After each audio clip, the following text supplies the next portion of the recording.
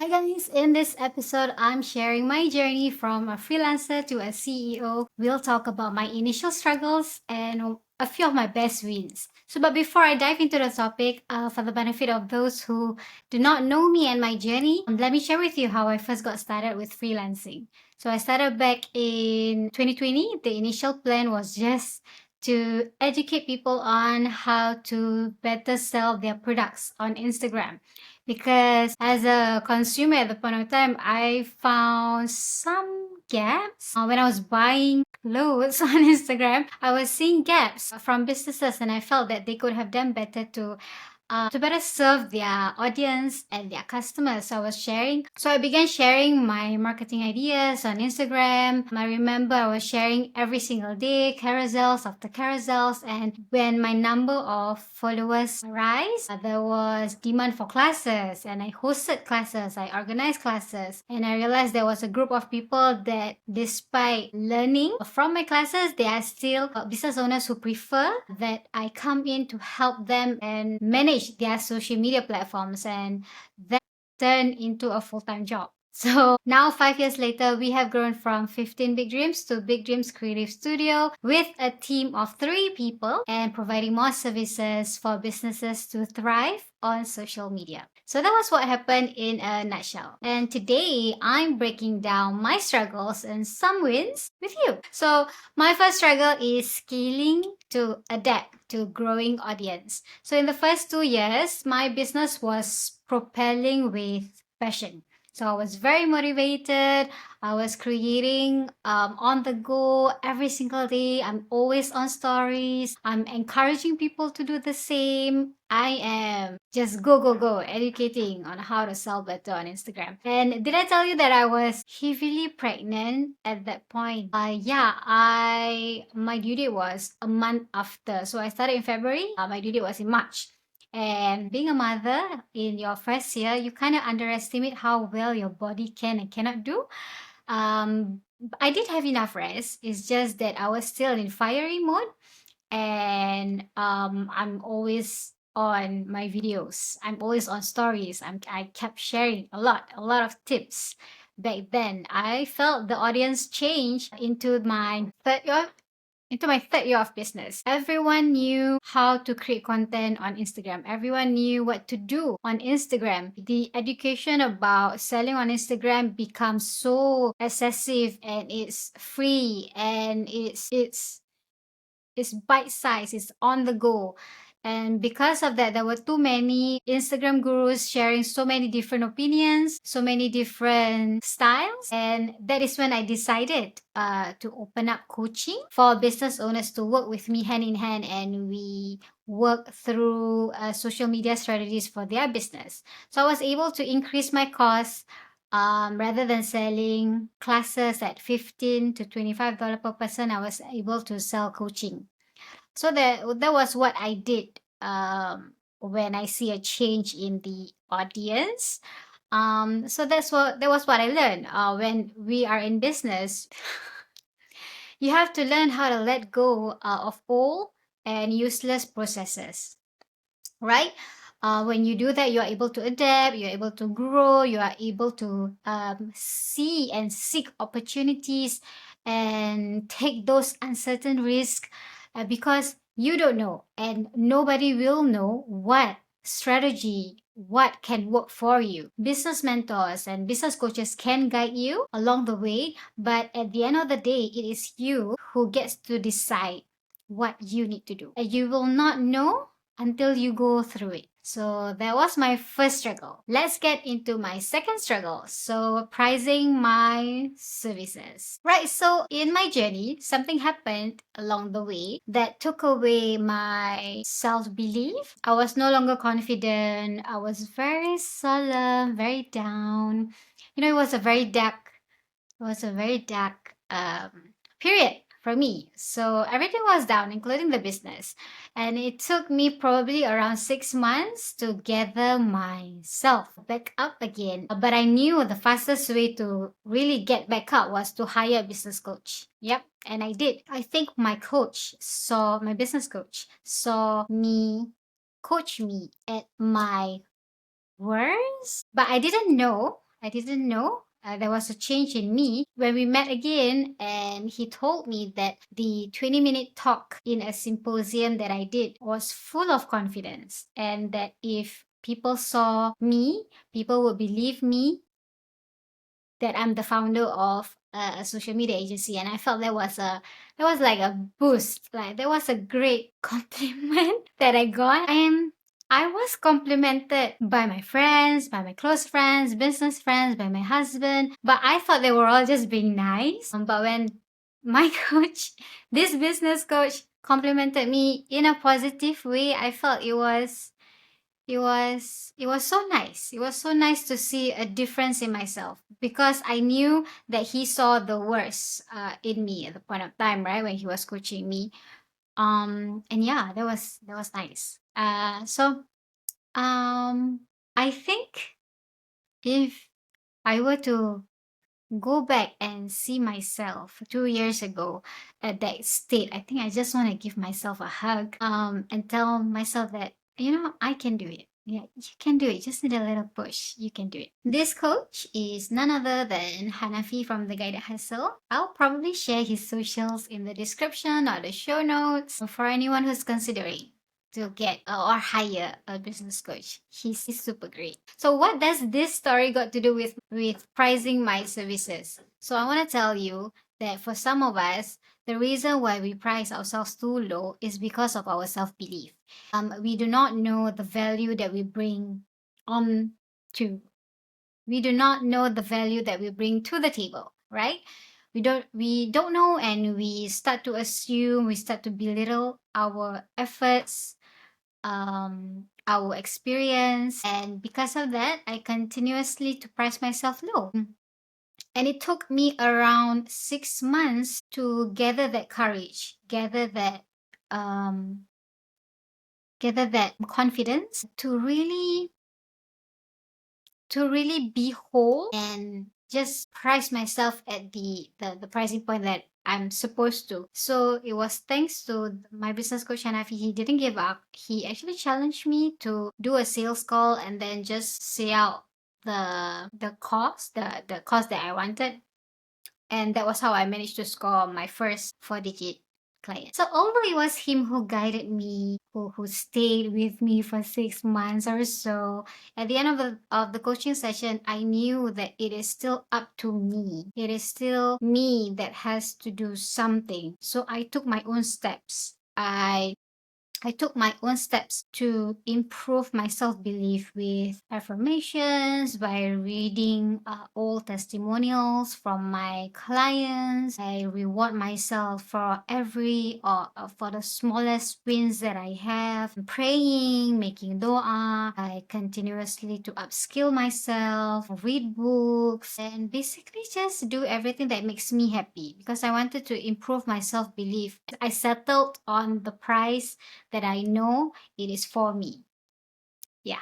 Okay. My final struggle is regulating my emotions during a client conflict. Interesting. So, nobody likes conflict. Who likes conflict? Nobody likes to have disputes or disagreements, especially with our clients. We don't like angry clients, right? And situations like this can ruin my whole day, ruin my whole week. I get anxiety, I don't sleep, I don't eat well. So I had a hard time regulating my emotions. I didn't know what to do. I would freeze. I would freeze whenever I face with these situations. And what's funny is that I'm able face such situations with my family, with my personal relationships, but I'm not able to do this with a client. I do not know why.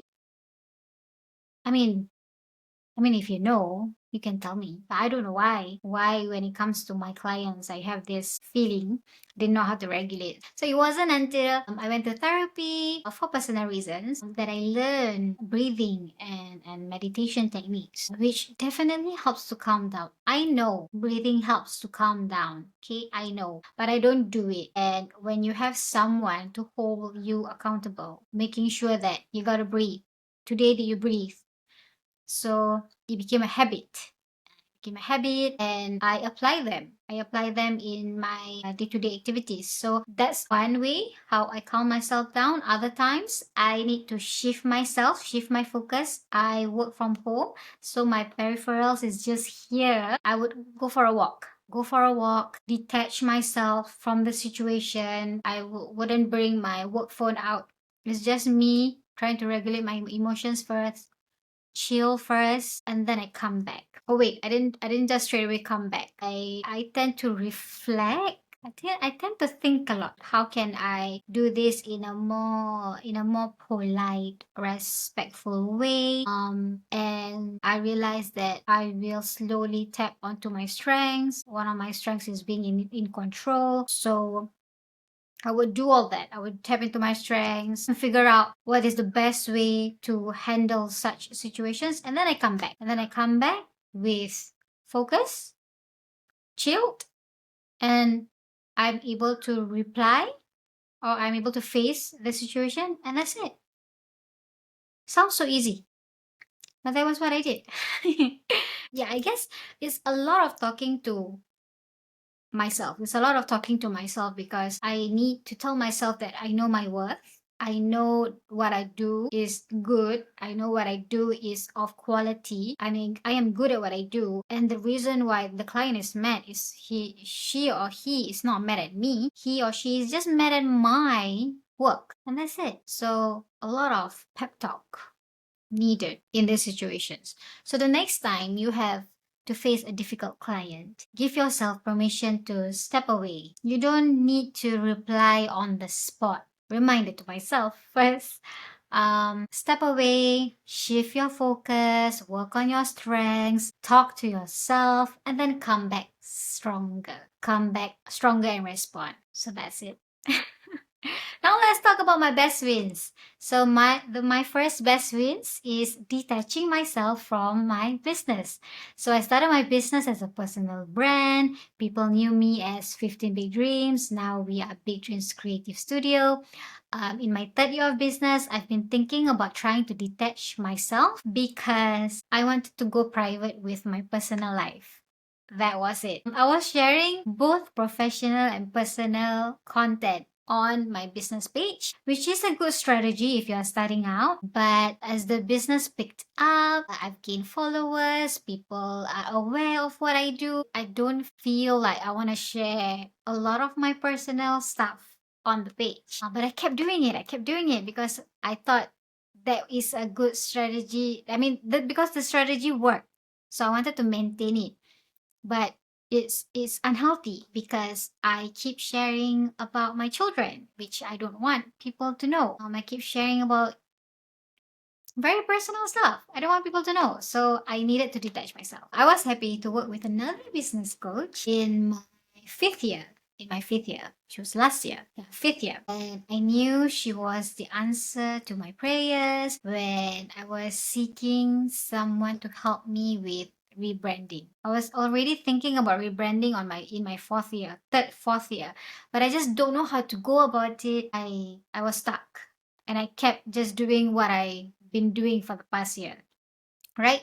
So working with her, we changed everything. We changed everything from the logo to the slogan to the colors, everything.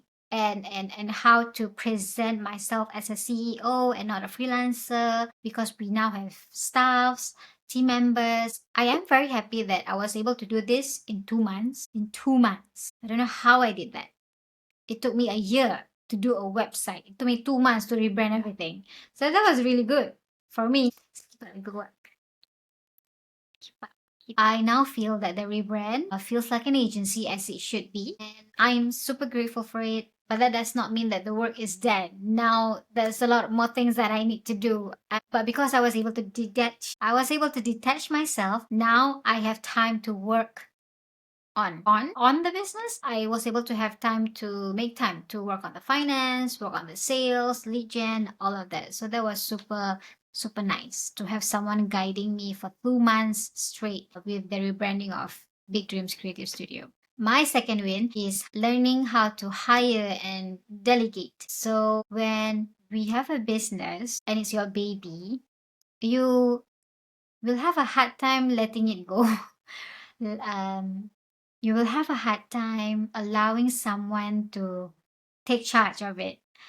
So, Big Dreams is my baby, and it is well, it's now not a baby, it's like a toddler, a 5-year-old toddler.